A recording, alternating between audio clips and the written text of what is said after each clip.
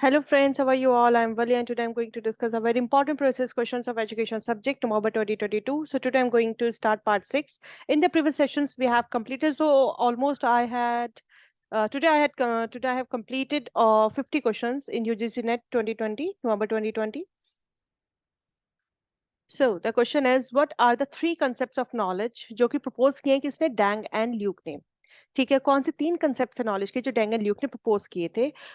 Propose किया था डैंगन Luke ने तीन कंसेप्शंस ऑफ नॉलेज जो कि टीचर एजुकेशन के ऊपर बेस्ड थे और अलग अलग डिसिप्लिन अलग अलग कि किस तरह से आप नॉलेज लेते हैं उसके ऊपर क्लासिफाई किए गए थे.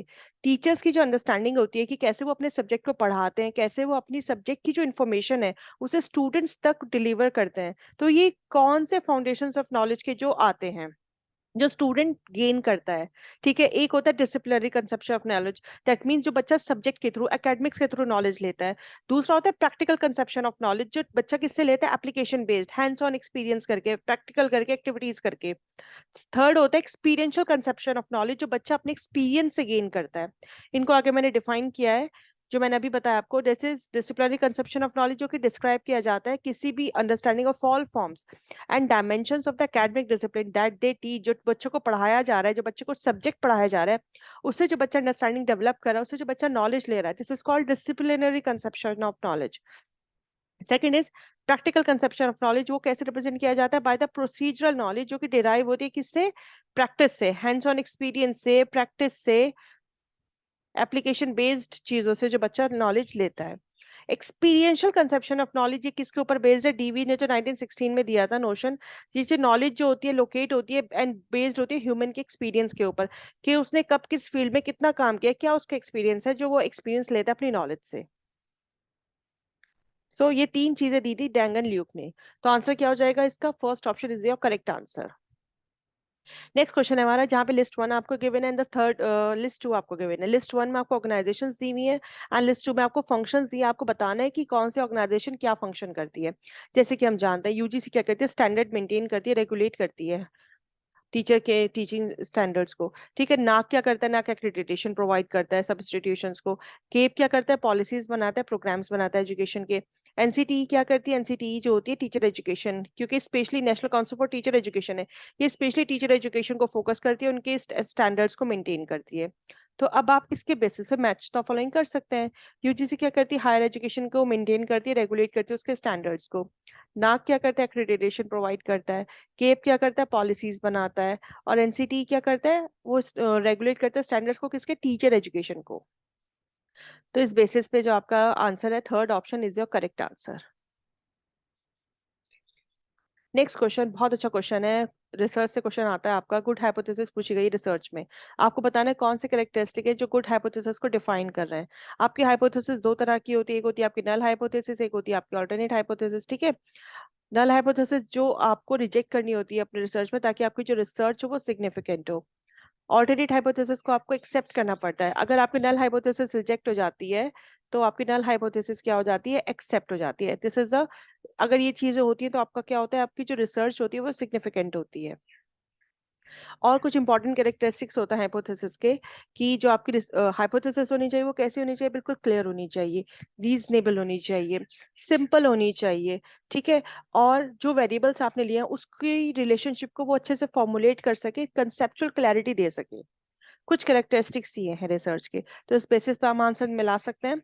Which is first is simplicity of explanation, बिल्कुल ठीक है. प्लॉजिबिलिटी होनी चाहिए, दैट मीन्स आपका जो हाइपोथेसिस है, जो आपने स्टेटमेंट बनाई है वो आपकी रीजनेबल होनी चाहिए, बिलीवेबल होनी चाहिए. ठीक है. High difficulty to verify the possibility, अगर हाईली डिफिकल्ट होगी तो फिर आप उसको कैसे बनाएंगे, तो ये अपने आप ही गलत हो गया. अगर आपकी थ्योरी के साथ वो रिलेट नहीं कर रही होगी तो आपकी हाइपोथेसिस अपने आप गलत हो जाएगी, तो ये भी गलत हो गया. Relationship formulated among variables having conceptual clarity, आपकी जो रिलेशनशिप है जो आपने बनाई है हाइपोथेसिस का, उसका रिलेशनशिप वेरिएबल्स के साथ बिल्कुल क्लियर होना चाहिए, सिंपल होना चाहिए और कंसेप्चुअल होना चाहिए. तो आपका ए बी एंड डी जो है करेक्ट ऑप्शन है अकॉर्डिंग टू योर आंसर. और यहाँ मैंने इसके कैरेक्टरिस्टिक्स से पूरे डिफाइन किए हैं कि हाइपोथेसिस कैसी होनी चाहिए, आपकी क्लियर होनी चाहिए, प्रिसाइज होनी चाहिए, अच्छे से क्लैरिटी शो करे, ऐसी होनी चाहिए जिसको आप टेस्ट कर सके. टेस्ट करेंगे तभी तो आप अपने नल हाइपोथेसिस को रिजेक्ट करेंगे. हाइपोथेसिस जो होती है वो दोनों वेरिएबल्स के रिलेशनशिप को डिफाइन करती हो. हाइपोथेसिस लिमिटेड इन स्कोप होनी चाहिए और स्पेसिफिक होनी चाहिए. हाइपोथेसिस स्टेट होनी चाहिए बहुत सिंपल टर्म्स में, ताकि सब उसे बहुत इजीली समझ सके, और वो सारे फैक्ट्स को एक्सप्लेन कर रही हो,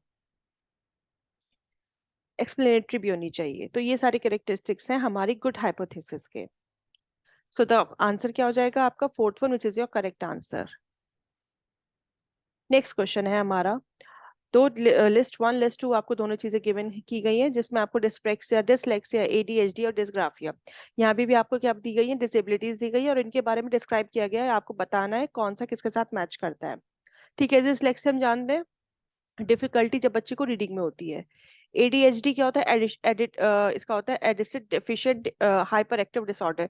दैट मींस बच्चों को अटेंशन, मतलब बच्चे कंसंट्रेट नहीं कर पाते बच्चे, इनके साथ ये वाली प्रॉब्लम आती है, किसी भी चीज में अटेंशन नहीं डिफिसिट कर पाते, इसलिए अटेंशन डिफिसिट कहलाता है ये डिसऑर्डर जो कहलाता है। और इसमें बच्चों को सोशल प्रॉब्लम होती है, कम्युनिकेशन प्रॉब्लम होती है, बहुत जल्दी हाइपर एक्टिव हो जाते हैं।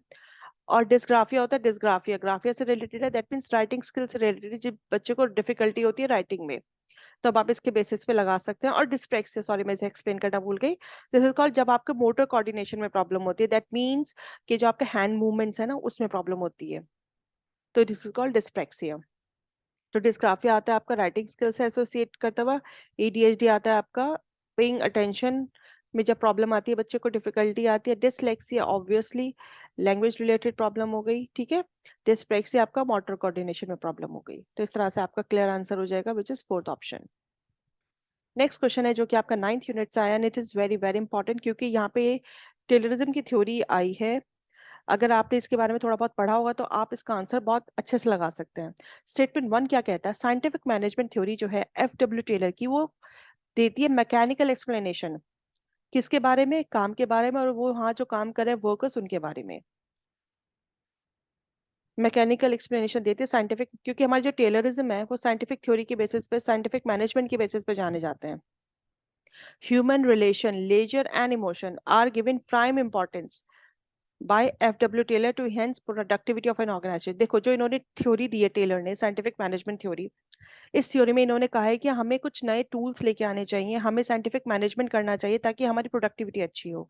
ये बात बिल्कुल ठीक है, लेकिन इन्होंने इमोशंस की बात नहीं की कि प्रोडक्टिविटी तब अच्छी होगी जब आप ह्यूमन रिलेशनशिप अच्छा बना के रखेंगे, उनको खुश रखेंगे, उनकी इमोशंस का ध्यान रखेंगे। इन्होंने कहा है कि हमें साइंटिफिक मैनेजमेंट करना चाहिए, मैनेज अच्छे से करना चाहिए, साइंटिफिकली करना चाहिए, ताकि हमारी प्रोडक्टिविटी अच्छी हो। तो इसलिए जो इसका स्टेटमेंट वन है वो तो ठीक है, लेकिन जो स्टेटमेंट टू है वो आपका इनकरेक्ट हो जाता है। इसकी मैंने वो भी दी है आपको एक्सप्लेनेशन, कि जो साइंटिफिक मैनेजमेंट सर्कुलेट करता है conduct around the concept of productivity and work of labour. और टेलरिज्म के अकॉर्डिंग क्या था कि जो प्रोडक्टिविटी होती है ना, अगर आप साइंटिफिक मैनेज करते हो तो वो इम्प्रूव होती है, और बेहतर हम बना सकते हैं कुछ साइंटिफिक मेथड्स के बेसिस पे। तो टेलर क्या कहते थे कि आप बिल्कुल रूल ऑफ थंब लेके ना चलो, कि पुराना ट्रेडिशनल तरीका ना लेके चलो, आप अपनी फैक्ट्रीज को मैनेज करो थोड़ा साइंटिफिक मेथड्स। इसी साइंटिफिक मैनेजमेंट को उसको टेलरिज्म कहा जाता था, जो कि बेस था किसके ऊपर? फ्रेडरिक डब्ल्यू टेलर की थ्योरी के ऊपर, ठीक है। तो स्टेटमेंट वन जो है आपका करेक्ट है, लेकिन जो स्टेटमेंट टू है आपका वो इनकरेक्ट है।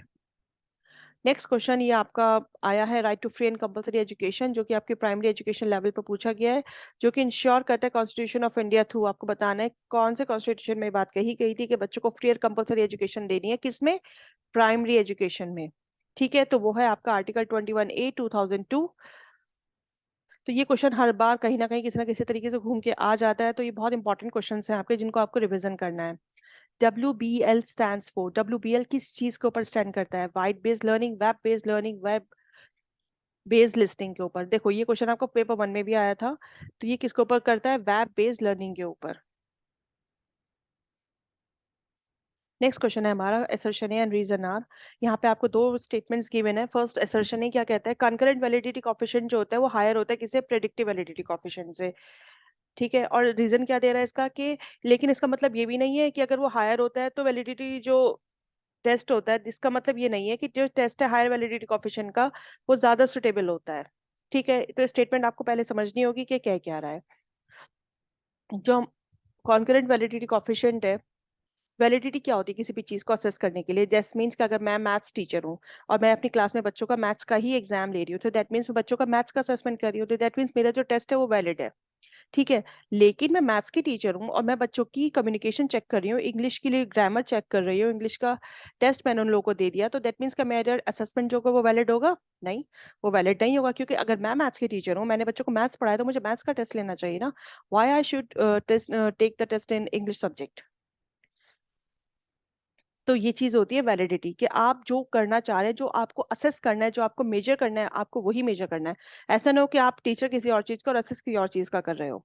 सीटेट के बच्चे का आप नेट की एग्जाम थोड़ा ना लेंगे, नेट का बच्चा ही तो नेट का एग्जाम देगा।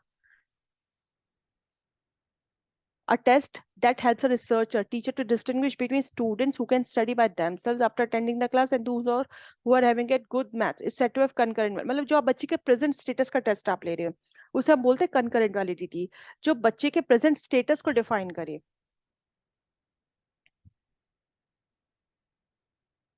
और अगर आप किसी बच्चे की फ्यूचर की चीजें चेक करना चाह रहे हो, दैट मीन्स हम आपको चेक करना चाह रहे हैं कि आपके अंदर असिस्टेंट प्रोफेसर बनने की कैपेबिलिटी है या नहीं। सो दैट मीन्स हम आपका प्रिडिक्टिव टेस्ट ले रहे हैं, प्रिडिक्ट कर रहे हैं कि आप बन सकते हैं कि नहीं। आपका नेट का एग्जाम है, आपके फ्यूचर का प्रिडिक्शन हम करके देखना है, तो this is called predictive validity.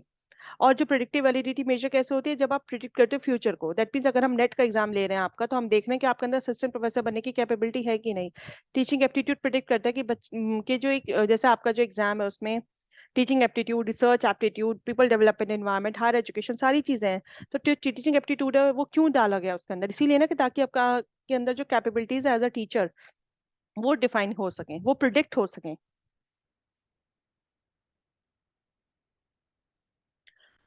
concurrent validity क्या होती है कि जैसे it measures how well a particular test correlate with a previously validated measure. It is used to distinguish two different groups at the same time. अब concurrent validity में क्या होता है कि एक पर्टिकुलर टेस्ट को आपका लिया गया, उसे कोरिलेट किया गया, जो आपने पहले टेस्ट ऑलरेडी दिया होगा। जब आपके दोनों ग्रुप्स के डिफरेंट टेस्ट को एक ही टाइम में मेजर किया जाता है, this is called concurrent validity.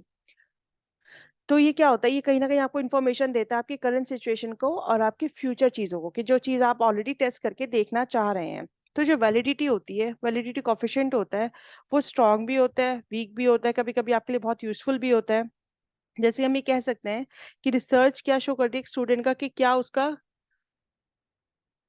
कि वो बहुत अच्छा उसका ग्रोस एनरोलमेंट रेशियो रहा होगा। वैलिडिटी कोफिशिएंट कहीं ना कहीं आपकी स्ट्रेंथ बता देती है कि बच्चा कैसा है, बच्चे की क्या स्ट्रेंथ है, बच्चा कितना अच्छा कवर अप कर सकता है चीजों को। जो क्राइटेरिया वैलिडिटी कोएफिशिएंट होते हैं, क्राइटेरिया दैट मीन्स जहाँ पे आपने क्राइटेरिया डिफाइन कर दिया कि बच्चे को आपको वही वैलिडिटी चेक करनी है। जैसे हम कह सकते हैं, जो criteria validity coefficients are generally higher than predictive validity coefficient, क्योंकि यहाँ पे क्या होता है कि जो टेस्ट आपका लिया जाता है वो बहुत सुटेबल होता है उस पर्पस के लिए। यहाँ पे कोई भी टाइम इंटरवल नहीं होता, जो आपने टेस्ट दिया उसी बेसिस पे आपका क्राइटेरिया चेक किया जाता है। तो ये जो होता है ज्यादातर वैलिड होता है, लेकिन इसके लिए जरूरी नहीं कि वो हायर ही हो, हायर जो होगा वही वैलिड होगा। तो जो स्टेटमेंट है वो यही कह रहा है, इसमें आंसर पहले आ गया कि हाई वैलिड कोफिशिएंट जो था मोस्ट सुटेबल होता है, ऐसा नहीं होता। ये इससे ज्यादातर हायर होता है, concurrent validity predictive validity coefficient higher होता है, तो इसलिए ये इसकी करेक्ट एक्सप्लेनेशन है। नेक्स्ट क्वेश्चन है हमारा, in the statements given below identify those which are related to competency based curriculum design. आपको बताना है इसमें से कौन सा कॉम्पिटेंसी बेस्ड करिकुलम डिजाइन है। तो वो हम कैसे बताएंगे? आपको पता होना चाहिए कॉम्पिटेंसी पे, जहाँ पे आप कॉम्पिटेंट लेवल पे चीजें चेक कर रहे हो, करिकुलम जो बना रहे हो, जो डिजाइन कर रहे हो, वो एक कॉम्पिटेंसी स्किल्स चेक कर रहे हो। The abilities and learning styles of students individuals get a support, कि उनकी जो एबिलिटीज है, जो उन्हें लर्निंग स्टाइल्स दिया गया है, उनको सपोर्ट मिल रहा है उससे। Individuals memory based knowledge is stress, memory based knowledge that mean stored memorisation की बात की जा रही है, तो ये आपका गलत हो गया, ये कॉम्पिटेंट नहीं हुआ। Individuals are helped to achieve their potential, तो अगर वो अपने पोटेंशियल को हेल्प कर रहे हैं, तो क्या हो जाएगा, ये कहीं ना कहीं कॉम्पिटेंसी बेस्ड हो जाएगा। Domain specific proficiency of individual focus की जा रही है, उनकी प्रोफिशिएंसी को और अच्छा डेवलप किया जा रहा है, तो ये भी आपका कॉम्पिटेंसी बेस्ड करिकुलम डिजाइन में हो जाएगा। आइडियलिस्टिक पर्सपेक्टिव अगर आप ले रहे हैं, तो ये आपका कॉम्पिटेंसी बेस्ड नहीं होगा, तो ये आपका गलत हो जाएगा। लेकिन जो आपका ए है, सी है और डी है, इट्स अ करेक्ट ऑप्शन। जो बेनिफिट्स होते हैं कॉम्पिटेंसी बेस्ड लर्निंग के, क्या होते हैं कि जो आपकी अप्रोच होती है बहुत फ्लेक्सिबल होती है लर्नर्स को, ताकि वो अपने स्पीड से लर्न कर सके। उनको स्किल्स डेवलप कराई जाती है, उनका नॉलेज डेवलप कराई जाती है, और वो अपनी उनको बच्चों को सेल्फ रिलायंस बनाया जाता है कि अपनी नॉलेज की, अपनी एजुकेशन की वो रिस्पॉन्सिबिलिटी खुद लें। ना लास्ट क्वेश्चन हमारी आज की क्लास का। क्वेश्चन क्या कहता है? क्वेश्चन कहता है आपको वो डिसेबिलिटीज आइडेंटिफाई करनी है जो पर्सन विद डिसेबिलिटी एक्ट 1995 में जिनके बारे में बताया गया है। तो यू हैव टू नो किसके बारे में इसमें बताया गया है। तो पर्सन विद डिसेबिलिटी एक्ट जो हमारा 1995 में, इन्होंने किस किस चीजों के बारे में बताया था? Blindness, low vision, leprosy cured, hearing impairment, locomotor disability, mental retardation, mental illness. तो एक बार हम देख लेते हैं। लो विजन की बात थी, ब्लाइंडनेस की बात थी, हियरिंग इम्पेयरमेंट की बात थी, मेंटल रिटार्डेशन, मेंटल इलनेस की बात थी, लेकिन इन दोनों की बात इसमें नहीं कही गई है ना? इसमें बात नहीं कही गई है, तो आपका ए, बी और C is your correct answer. So friends, thank you for your attention, stay blessed, enjoy learning. और ये था मेरा आज का लेसन, एंड आई विश के सब लेसन्स आपके लिए काफी बेनिफिशियल और यूजफुल हो। So stay blessed, enjoy learning, and see you soon with the next video.